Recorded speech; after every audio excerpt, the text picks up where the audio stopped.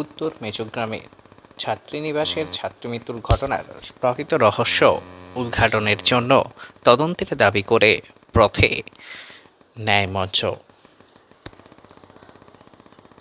পাঁশকুড়ার উত্তর মেচগ্রাম বিনাপানি গুরুকুল ছাত্রীনিবাসের একাদশ শ্রেণীর ছাত্রী মৃত্যুর ঘটনাকে কেন্দ্র করে মৃত্যুর প্রকৃত রহস্য এবং নিরপেক্ষ তদন্তের দাবি করে দোষীদের কঠোর শাস্তির দাবিতে মিছিল ও সভা করল পাঁশকুড়া ন্যায় মঞ্চ। উপস্থিত ছিলেন পাঁশকুড়া ন্যায় মঞ্চের অন্যান্য বিশিষ্টজনেরা। পাশাপাশি এদিন মিছিলও সংগঠিত করে পাঁশকুড়া ন্যায় মঞ্চ।